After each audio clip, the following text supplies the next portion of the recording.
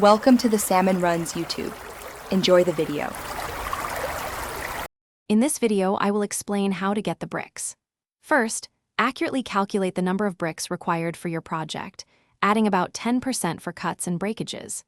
Next, explore various local suppliers to compare brick types, colors, and textures that best suit your design.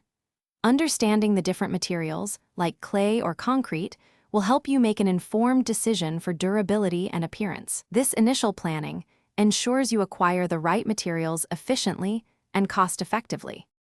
Once you have a clear idea of your needs, it's time to source your bricks.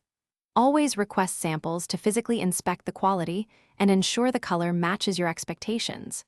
Discuss delivery options with your chosen supplier, confirming lead times and ensuring your site is accessible for large deliveries. Placing your order several weeks in advance is a smart move, especially for custom or large quantities, preventing any unnecessary project holdups. When your bricks arrive, it's crucial to be present to supervise the unloading. Carefully inspect each pallet for any visible damage, such as chipped or broken bricks, and verify that the quantity matches your order. Also, confirm that the brick type and color are exactly what you selected. If you notice any issues, document them immediately with the delivery driver and contact your supplier within 24 hours to arrange replacements or adjustments. Proper storage is vital to maintain the quality of your bricks before use. Store them on a flat, stable surface, preferably on pallets, to keep them off the ground and prevent moisture absorption.